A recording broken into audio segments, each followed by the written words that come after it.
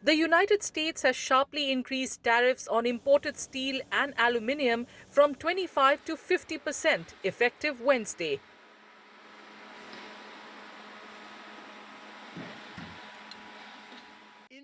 President Donald Trump says that the move is aimed at protecting American industries, arguing that the steep hike is necessary to encounter the dumping of low-priced metals by foreign countries into the U.S. market.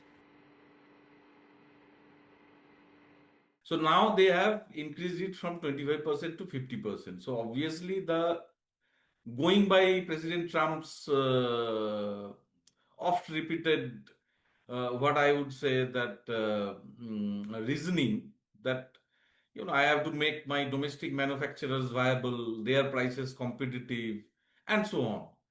So given in that line, I think this is a very natural thing to do, particularly so when one US trade court has shut down, for the timing.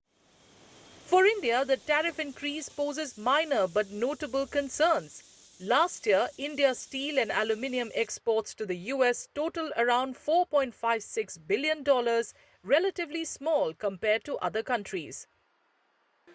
Union Minister of Steel H.D. Kumaraswamy expects the impact to be limited, mostly affecting shipments already en route. Still, the higher tariffs could reduce profitability for Indian producers. If you look into India's steel exports, our steel export is a tune of around 1.5 billion plus. We have other engineering goods also, including auto component. The put together value will be around $6.2 billion. We have aluminum export of around $0.7 billion. So in all, $7 billion of export will be at stake. It's quite sizable. And I think it will have its impact not only on the prices, but more so on the demand. So we are expecting the demand from the US may come down drastically. In response, India has reserved the right to impose retaliatory tariffs on US products, citing WTO rules. However, the US maintains that these tariffs are national security measures, not safeguard actions, complicating India's ability to challenge them through the WTO. Experts suggest India may opt for a pragmatic solution through bilateral negotiations with the US.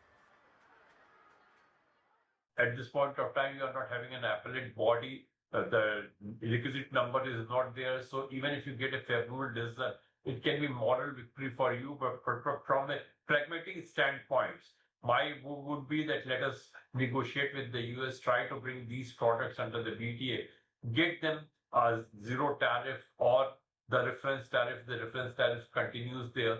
And let's have a situation where we remain at an advantageous position.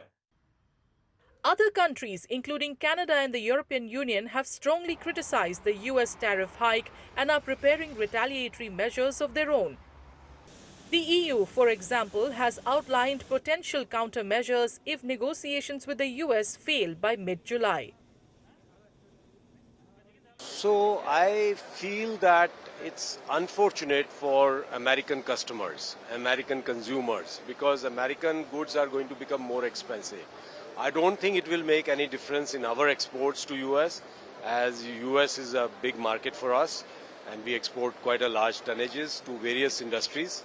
But I don't think that will make a difference because we make some very special grades, special needs for the American, downstream industry.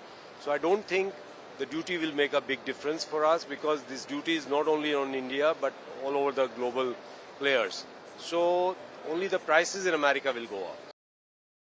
Globally, the latest tariff increase by the US signals escalating trade tensions with the potential to disrupt markets and supply chains worldwide.